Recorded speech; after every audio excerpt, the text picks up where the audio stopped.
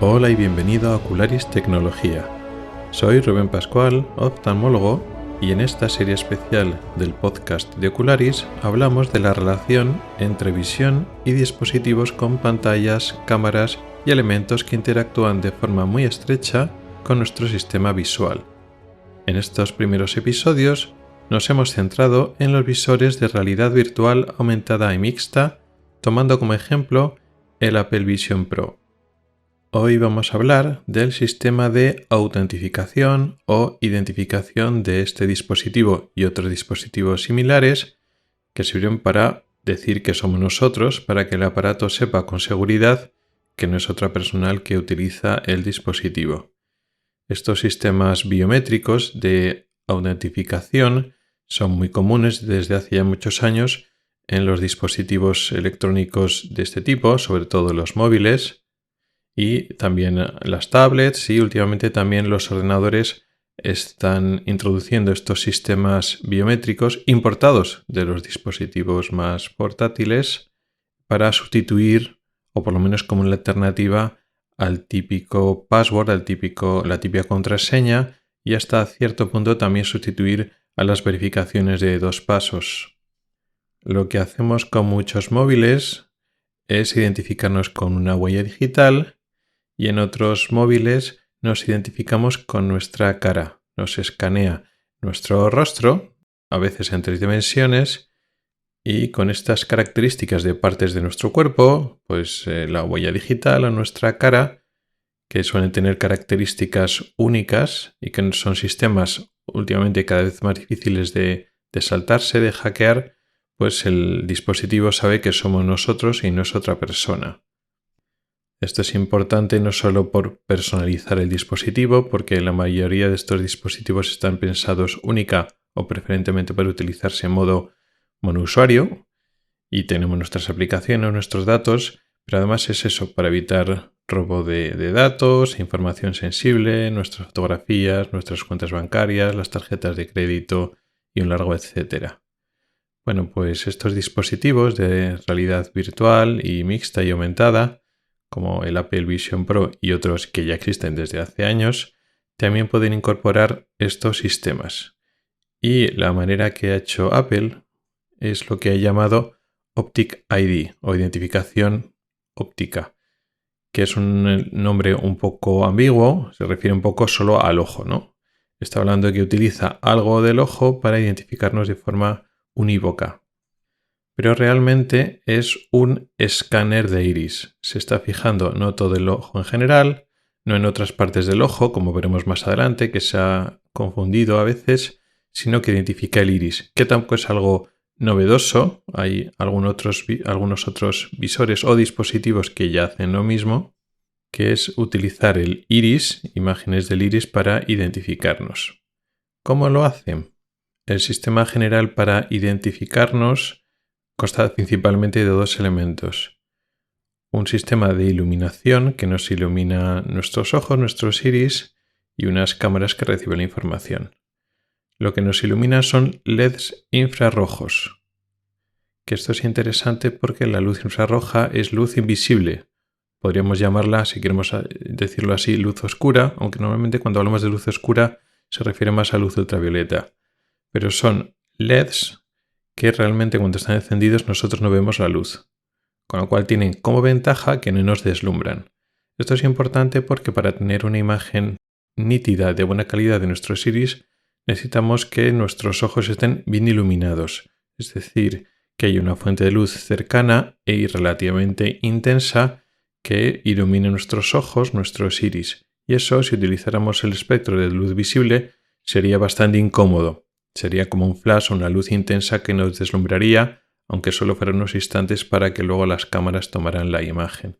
Y eso si cada vez que nos ponemos el dispositivo, el Apple Vision Pro, y de repente pues un fogonazo de luz, pues hubiera sido incómodo. Con lo cual el hecho de que sean LEDs infrarrojos es cómodo porque nosotros no notamos nada. Es más o menos como cuando utilizamos el Face ID en los iPhone o otros sistemas de escaneo facial en los móviles que utilizan sistemas invisibles, no hace falta que nos deslumbren. Utilizan una combinación de LEDs infrarrojos, lo mismo que se utilizan en el casco, en el visor, y también el LiDAR, que también es un escaneo 3D con láser, pero también utilizan frecuencias del espectro electromagnético que no son visibles para nuestro ojo, con lo cual todo es invisible, simplemente el aparato nos valida y ya está. Pues ese es un poco el principio de usar los LEDs infrarrojos. También, y esto ya es una reflexión más de oftalmólogo, más ya de conociendo cómo funciona el sistema por dentro, también puede tener un pequeño problema que al utilizar LEDs infrarrojos, con lo cual a nuestros ojos es como totalmente transparente, totalmente oscuro, debido a que el casco nos lo ponemos y oscurece la luz del entorno, realmente nuestros ojos estarían a oscuras si no utilizamos ninguna iluminación adicional. Y esto puede parecer que no es un problema, simplemente nos ponemos el visor, estamos a oscuras un instante mientras escanea nuestro iris y luego ya digamos que se conecta y luego ya nos enseña la pantalla de entrada, los iconos o vemos la imagen a través de las cámaras del exterior. Pero yo creo que no funcionaría así. ¿Por qué? Porque cuando estamos en total oscuridad o cuando hay apenas luz a nuestro alrededor, ¿qué hacen nuestras pupilas? Se dilatan, porque estamos a oscuras. Y eso hace que la superficie del iris se hace bastante más pequeña, con lo cual eso podría dificultar el escaneo del iris. Con lo cual probablemente el escaneo del iris no se hace totalmente a oscuras.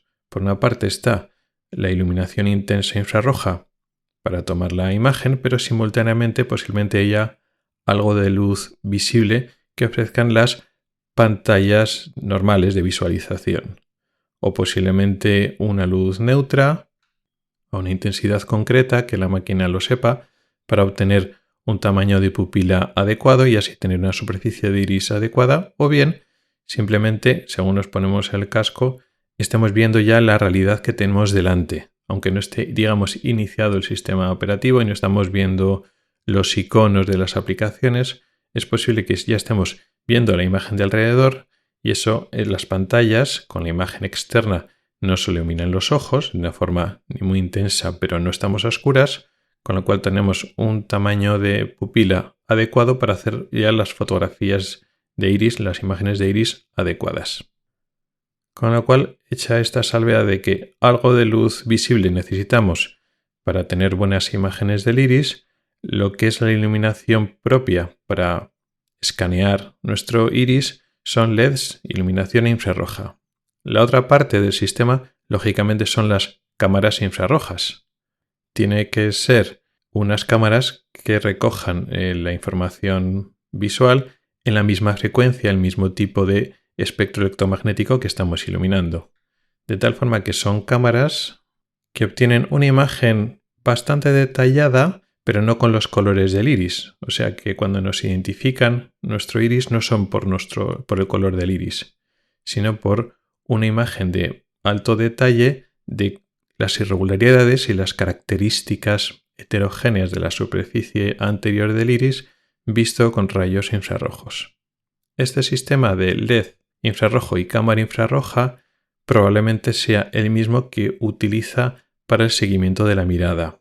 Ya hemos explicado en episodios anteriores que es muy importante para cómo funciona el sistema que el dispositivo, el visor, sepa dónde estamos mirando en cada momento. Siga nuestra mirada y sepa en qué punto del campo visual y a qué zona de la pantalla estamos mirando. Y esto se hace también con tecnología infrarroja. Lo lógico es que sean las mismas cámaras las que hacen lo mismo. Nos siguen la mirada y nos toman imágenes de alta calidad del iris para identificarnos. Llegados a este punto, y sobre todo la gente que conozca un poco los dispositivos de Apple o haya leído un poquito de las características de este dispositivo, del Apple Vision Pro, se pregunte, ¿y no está utilizando tecnología LiDAR o LiDAR para esta identificación? El LiDAR o LiDAR es una especie de sistema de radar, una tecnología parecida a lo que es el radar. Se emite una señal, una onda, que rebota en un cuerpo, un elemento que hay delante y se devuelve al emisor. Lo que pasa es que en el radar habitual que se usa para los aviones, pues son tecnologías, del espectro electromagnético de las ondas de radio, y el LiDAR es un láser, es luz láser, nuevamente invisible, de tal forma que no molesta y no es peligroso para los ojos. Pues este LiDAR se utiliza para la identificación en los iPhone, lo que se llama el Face ID. Lo que hace es escanear nuestro rostro, entre otras cosas, con el LiDAR. Utiliza también alguna otra ayuda adicional, pero lo que hace es un escaneo 3D de la superficie de nuestra cara. Y sabemos que el aparato, el Apple Vision Pro, también tiene un escáner LiDAR. Entonces la duda es, ¿estamos utilizando el escáner LiDAR para identificar o escanear nuestro iris? La respuesta es que no, por varios motivos. Un motivo práctico real es que el LiDAR que tiene el Apple Vision Pro está mirando hacia afuera, es un escáner hacia el exterior. Sabemos que este dispositivo tiene sensores hacia afuera y sensores hacia adentro. Los sensores hacia afuera son cámaras, y en este caso el LiDAR, que escanean nuestro entorno y nos da información de lo que está alrededor nuestro, y los sensores internos que miran hacia nuestros ojos. Pues el LiDAR está, digamos, mirando hacia afuera. De hecho, cuando el aparato quiere utilizar el LiDAR para escanear nuestra cara, pero no para identificarnos, sino para crear ese avatar digital que en Apple han llamado persona, que es una especie de reconstrucción de nuestra cara, de nuestro rostro, para hacer videollamadas, para utilizarlo con el FaceTime, pues nos tenemos que quitar el visor y tenemos que colocarlo delante nuestro para que escanee nuestra cara. Con lo cual el LiDAR no está mirando hacia adentro, con lo cual es imposible que se utilice para escanear nuestros ojos. Pero hay un motivo más importante, que es que el escáner LiDAR rebota contra las superficies más o menos sólidas y vuelve la señal. Nuestro iris no es una estructura, no es una superficie que esté, digamos, en el exterior de nuestro cuerpo, como puede ser nuestra piel. El iris es una estructura interna del ojo, es un tejido intraocular. Lo que pasa es que no vemos porque las estructuras, los elementos del ojo que están por delante del iris son transparentes. Delante del iris tenemos el humor acuoso, que es un líquido que es muy parecido al agua, que es transparente, y delante del humor acuoso está la córnea. La córnea es también una estructura totalmente transparente que forma parte de la cubierta externa del ojo. La parte externa, lo que lo cubre, tiene una parte blanca que se llama esclera y luego después una parte justo delante que se llama córnea, que está más incurvada que la esclera y es transparente. Muchas veces no pensamos en la córnea porque como es transparente no la vemos y pensamos en el iris. Pero aunque nuestra visión atraviesa la córnea y vemos directamente el iris, y también una cámara infrarroja hace lo mismo, porque la córnea también es transparente para los infrarrojos y vemos directamente el iris, no ocurre lo mismo con cualquier tipo de radar o tecnología parecida al radar. Entonces el LiDAR en este caso rebota en la córnea y devuelve la señal, con lo cual no atraviesa la córnea y no llega hasta el iris, con lo cual no puede obtener información del iris, con lo cual eso del LiDAR para el escáner de iris está totalmente descartado. Bueno, ¿y por qué es interesante el uso del iris para identificarnos?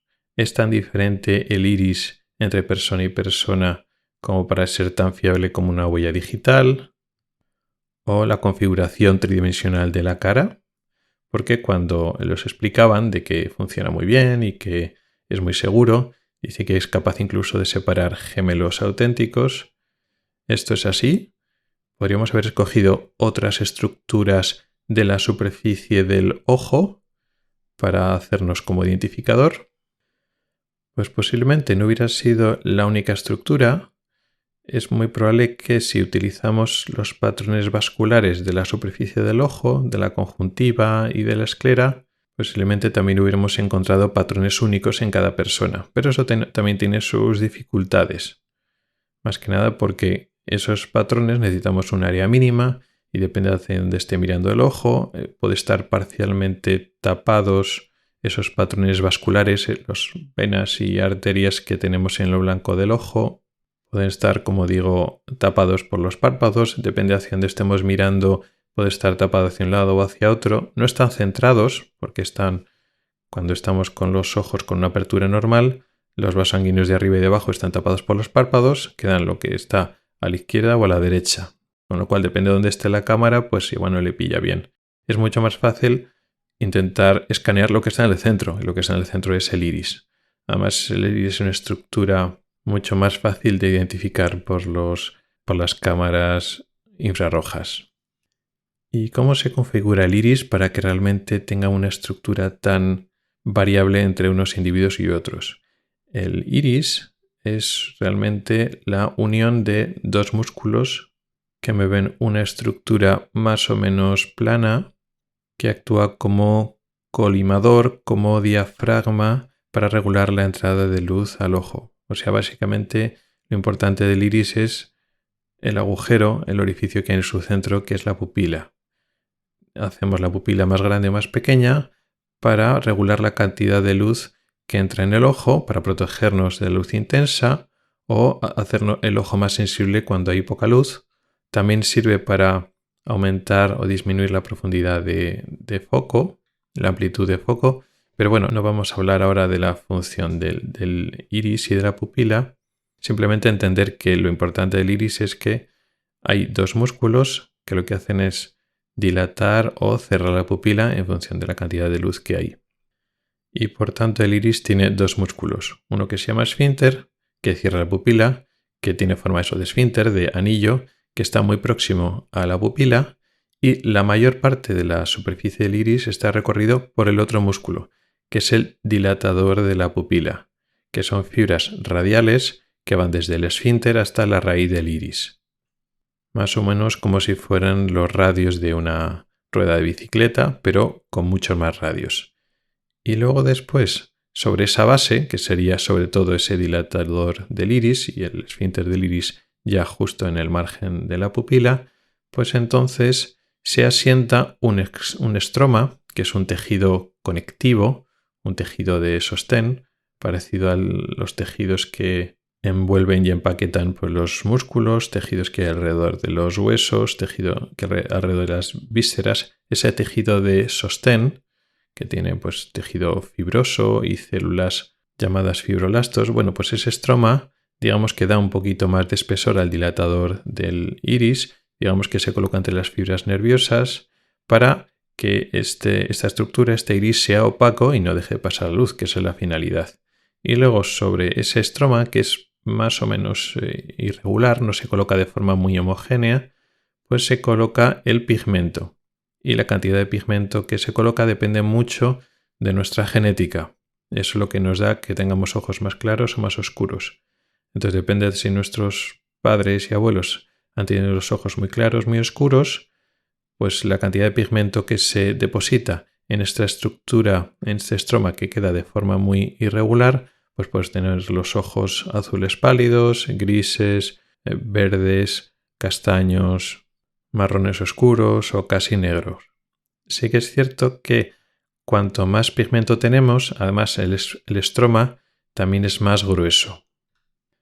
Pero lo importante realmente no es el color, porque como decíamos, estas cámaras infrarrojas no están detectando el color. Lo que está detectando son fotografías en detalle de cómo de homogénea o heterogénea es la superficie del iris. Y el iris, como decía, es muy heterogéneo. Y este tipo de irregularidades y una serie de criptas que son, pues eso, iba a decir como agujeros, no llegan a atravesar todo el espesor, pero zonas con menos pigmento y menos estroma, menos grosor, otras zonas con más grosor. Nos lo podríamos imaginar como zonas geográficas con muchos accidentes, con muchas colinas y valles, y eso es lo que registra este sistema de escaneo de iris. Y esta configuración de cómo de heterogéneo queda no está muy mediado genéticamente. Nuestra genética nos dice que la cantidad de pigmento y el grosor medio global, los iris oscuros son más gruesos que los iris claros, pero eso es un factor sobre todo ambiental. Digamos que son miles de elementos al azar que se producen cuando somos muy pequeños, nuestro iris se está pigmentando y desarrollando, sobre todo en los primeros años de vida, y luego cuando crecemos, pues bueno, mantenemos unos patrones que son bastante individuales. La configuración de estas irregularidades y asimetrías en nuestra superficie del iris es tan característica nuestra como si fuera una huella dactilar. Con lo cual el concepto es correcto. Si tenemos un sistema de escaneo de iris suficientemente exacto, podría ser tan válido en cuanto a que no van a confundir unos individuos con otros como una huella digital. ¿Eso significa que esta tecnología es 100% segura? No. De hecho, tenemos algunos antecedentes de otros aparatos, otros dispositivos que utilizan el mismo sistema de escaneo de iris que han sido hackeados. Como en muchas cosas, aquí Apple no está descubriendo nada, no está utilizando una tecnología totalmente innovadora y nueva. Lo que puede ser innovador y diferencial de Apple, eso ya lo veremos, es si lo aplica mejor que los demás. Pero como decía, tenemos el antecedente de, por ejemplo, el Samsung Galaxy S8, que también utiliza una tecnología de escaneo de iris que se ha conseguido hackear sin demasiada dificultad con una fotografía. Porque recordemos, la imagen que obtiene el Samsung Galaxy o el Apple Vision Pro no es una imagen tridimensional con un LiDAR. No, es una imagen, digamos, plana. Entonces la duda es si con una fotografía de suficiente resolución podríamos engañar al sistema. O simultáneamente está registrando si lo que tiene delante se mueve, es decir, si el ojo se está moviendo con el sistema de detección de movimientos oculares, y entonces con una foto de alta definición eso no se puede hacer. Todavía no sabemos cómo será de fácil o de difícil hackear el Apple Vision Pro, pero existen ya antecedentes de que se han podido hackear este sistema porque al ser imágenes, digamos, 2D, pues igual es más fácil de hackear que comparado con el Face ID, que son imágenes tridimensionales. En cuanto a esta tecnología, que en las noticias que han salido y lo que han explicado de ellas, he encontrado varios errores publicados en prensa generalista e incluso prensa especializada. Algunos han estado hablando de que esto es un escáner de retina y no es un escáner de la retina. Igual es porque en las películas o series de ciencia ficción, pues aparatos futuristas pues nos escanean la retina para identificarnos a nosotros.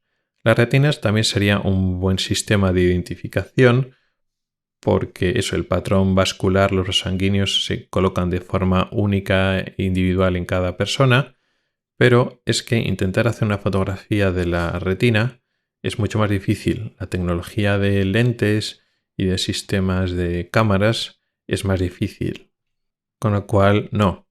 Este aparato, ni ningún aparato de los que se venden comercialmente, no se escanean la retina. Lo que hace es escanear el iris. Y también en alguna otra publicación he leído que este sistema es idéntico al Face ID, pero solo en el ojo. Si muchos móviles lo que hacen es identificar nuestra cara, pues estos aparatos identifican simplemente la superficie de nuestro ojo. Y como ya he dicho antes, esto es falso, porque el Face ID, la identificación que hacen de la cara, utilizan un sistema LiDAR. Nos lo escanean también en 3 dimensiones, mientras que aquí no se puede utilizar ese sistema LiDAR. Con esto hemos repasado un poquito lo que sabemos, lo poco que sabemos, porque cuando ya los aparatos estén disponibles para el público general, cuando se vendan sabremos más, con lo cual quedan todavía unas cuantas dudas. De hecho, a mí me quedan todavía muchas dudas que no he podido solucionar en la información que he podido leer por ahí y que veremos un poco cómo va. Por ejemplo, ¿estamos utilizando los dos ojos siempre? ¿Es suficiente con utilizar la información de un ojo? Por ejemplo, si tú te pones el casco y guiñas un ojo y solo estás mirando con el otro, ¿es suficiente? Las personas que solo se puede escanear un ojo porque el otro no se puede escanear por diversas causas van a poder utilizarlo igualmente. Luego, otro tema es cómo responde o cómo de tolerante es el aparato a los cambios del tamaño de la pupila. Supongo que cuando la pupila es muy pequeña, cuando el ojo está lo que se llama en miosis, no hay mayor problema porque entonces se expone muchísima superficie del iris y entonces eso no habrá problemas. Pero claro, cuando el ojo se va hacia la midriasis, cuando poco a poco la pupila se va dilatando, cada vez queda menos superficie de iris, con lo cual llega un momento de que habrá un límite que la pupila, cuando está súper dilatada, el sistema no funcionará. Esto de que la pupila se quede dilatada se puede ver a muchísimas circunstancias. Puede haber problemas de cirugías oculares o traumatismos o problemas médicos que hagan que una pupila que antes se movía normalmente se quede muy abierta o se quede de forma irregular, por ejemplo. Entonces, claro, es muy probable que el sistema ya no funcione porque ya te has quedado previamente una pupila y un iris de tamaño y morfología normal y pues después de ese cambio pues posiblemente el aparato ya no te reconozca esa pupila, ese iris, ese ojo. La duda es si con que te reconozca un ojo, aunque el otro no te reconozca suficiente, o no funcionará nada y tendrás que entrar pues de forma, no sé, con contraseña y luego tendrás que volver a entrenar y reconfigurar el visor con tu nuevo iris. Eso queda un poco en la duda.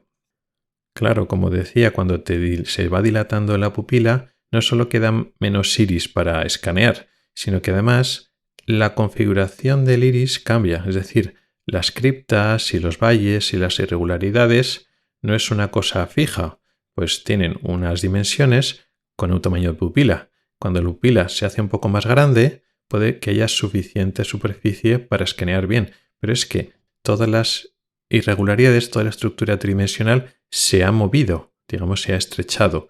Pues si había una línea, un valle o una cripta que tenía 3 milímetros en su eje mayor, al dilatarse un poco la pupila, esa cripta o ese valle sigue existiendo, pero en vez de 3 milímetros igual mide 1,5 milímetros. Entonces ha cambiado la configuración. Claro, el sistema debe tener cierta tolerancia a esos cambios, a que esa matriz tridimensional es dinámica. Se puede elongar o se puede acortar de forma dinámica porque nuestro tamaño de la pupila sí depende de la iluminación y puede ser que el dispositivo pues controle una iluminación media, pero además depende de si estamos nerviosos o tranquilos o de lo que hayamos tomado. Por ejemplo, el café y otros estimulantes tienden a dilatar la pupila. En fin, que eso es algo dinámico y que el visor no puede contar con que siempre tengamos el mismo tamaño de pupila. Entonces se tiene que adaptar hasta cierto punto a esos cambios dinámicos. ¿Cómo de cambios serán? Si llegamos con la pupila súper dilatada, aunque sea en condiciones normales, pues ya no funcionará. Eso no lo sabemos. Puede ser que el aparato cambie la luz de forma dinámica para obtener el tamaño de pupila que quiere y cuando vamos muy estimulados porque hayamos tomado café, por ejemplo, o es que vayamos nerviosos, detecta que la pupila es grande y entonces disminuye la cantidad de luz para que se cierre la pupila. No lo sé. Luego, por otra parte, hay otras condiciones médicas que posiblemente anulen este sistema de identificación. Lo que he comentado de traumatismos o cirugías que cambian la configuración del iris o la configuración de la pupila, pero también otras condiciones que alteren la transparencia de los medios que hay por delante del iris. Por ejemplo, cuando tenemos edema corneal o una opacidad en la córnea hace que pues, la imagen del iris quede un poco velada. Por ejemplo, cuando el humor acuoso, en vez de ser transparente del todo, pues tenemos, por ejemplo, un sangrado o una inflamación, células inflamatorias flotando en el humor acuoso y hace que la visión del iris pues quede un poco velada. O sea, podemos ver el iris, pero igual no podemos ver bien los detalles.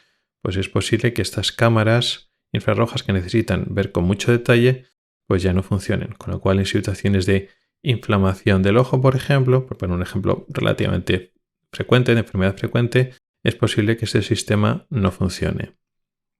Y esto era un poquito lo que quería hablar de este tema tan interesante y apasionante de cómo estos dispositivos son capaces de hacer un escáner de iris para identificarnos y cómo, bueno, pues las peculiaridades de nuestro ojo pues hace que este sistema no sea tan sencillo, que hay variabilidades y quedan muchas incógnitas que iremos viendo cómo se resuelven los próximos meses.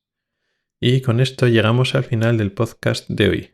Muchas gracias por el tiempo que has dedicado a escucharme. Recuerda que puedes contactar conmigo para proponer temas para próximos episodios. Pueden ser temas relacionados con el Vision Pro, otros visores similares u otras tecnologías relacionadas con nuestros ojos. También puedes proponer temas relacionados solo con la vista para la edición regular del podcast. En las notas del programa están todas las formas para contactar conmigo y participar. Hasta el próximo episodio.